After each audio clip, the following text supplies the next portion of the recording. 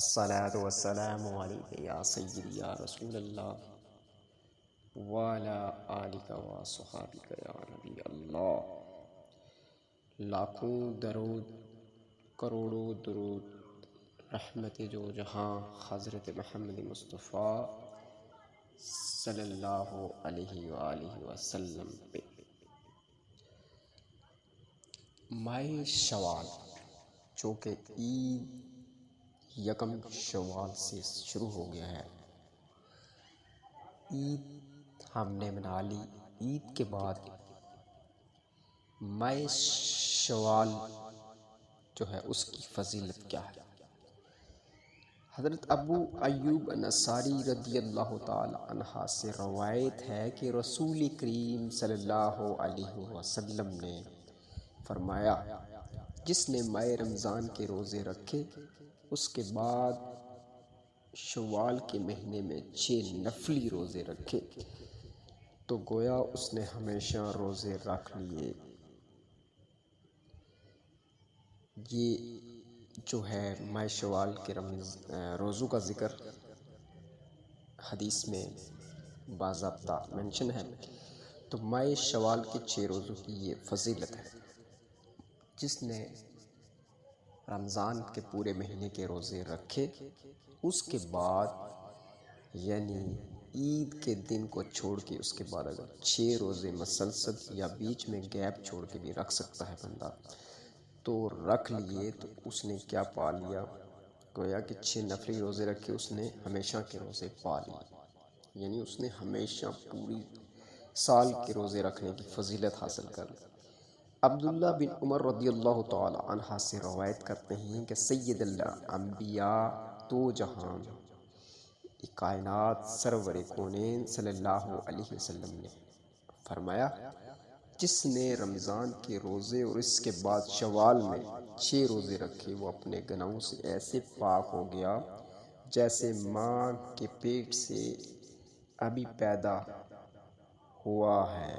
سبحان اللہ، کتنی بڑی فضیلت ہے اس 6 روزوں کی۔ وہ ہم وقفے وقفے سے بھی رکھ سکتے ہیں اور مسلسل جو ہے نا گٹھے بھی رکھ سکتے ہیں۔ 36 روزے سال کا ثواب۔ رمضان اگر 29 دن کا ہو تب بھی اللہ تعالیٰ اپنے فضل کرم سے روزوں کا ثواب دیتا ہے۔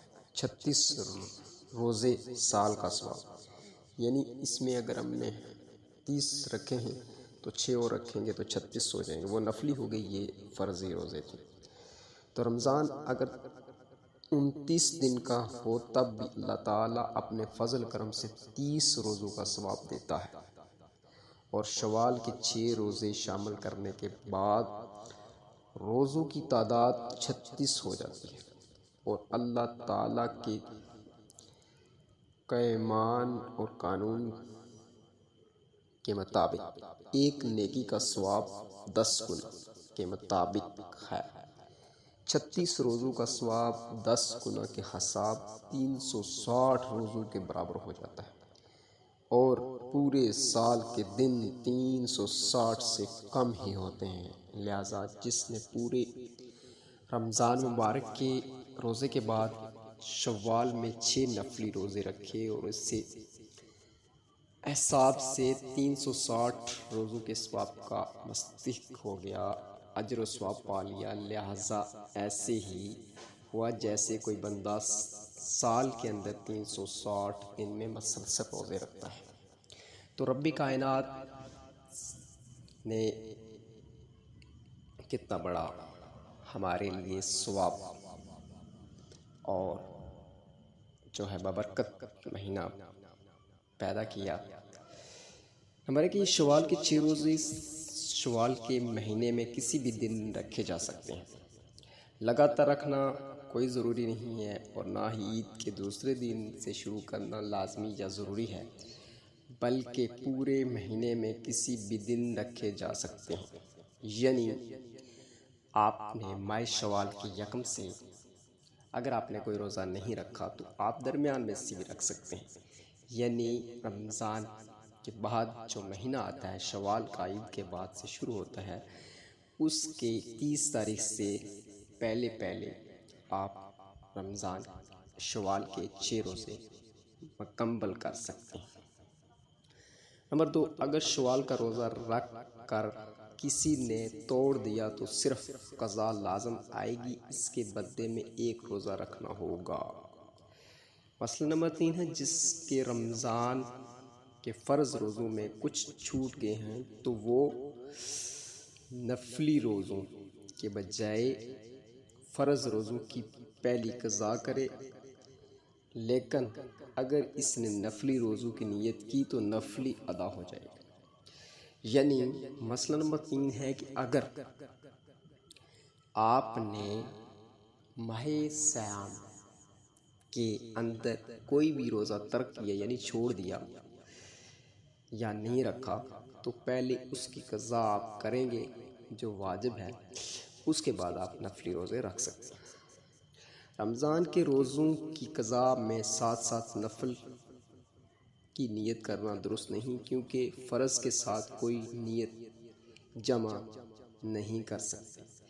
یعنی آپ نے اگر پچھلے قضا روزے رکھے ہیں تو اس کی نیت کرنی کوئی ضروری نہیں، بلکہ آپ ایسے ہی روزہ رکھ سکتے ہیں جو اللہ تبارک و تعالیٰ اس کو ثواب کی نیت سے آپ کے پورا فرما دے۔ شوال کے نفلی روزوں میں دیگر نفل روزوں کی نیت بھی کر سکتے ہیں، مثلا جمعرات کو شوال کے نفل روزے کی نیت کے ساتھ جمعرات کو روزہ سنت ہونے کی نیت بھی کر سکتے ہیں۔ تو ایسے آپ نے اگر جمعے کے دن روزہ رکھا تو جمعے کی نسبت سے آپ کہیں گے کہ یہ جمعۃ المبارک کا روزہ ہے، میں نے رکھ لیا، تو ایسی نیت کرنے سے آپ کو ایک ثواب بھی مل جائے گا اور آپ کا روزہ بھی ہو جائے گا۔ تو اللہ تبارک و تعالیٰ سے دعا ہے، اللہ تبارک و تعالیٰ ہمیں ماہ شوال کے 6 روزے رکھنے، اس پر عمل پیرا ہونے اور یہ جو ہم نے پیغام دیا ہے یہ ویڈیو پیغام دوسروں تک پہنچانے کی توفیق عطا فرمائے۔ وآخر دعوانا الحمدللہ رب العالمین۔ ہمارے اس اسلامی آفیشیل چینل کو سبسکرائب کیجیے اور شیئر اور کامنٹس کے اندر اپنی رائے کا اظہار کیجیے۔ تب تک کے لیے خدا حافظ۔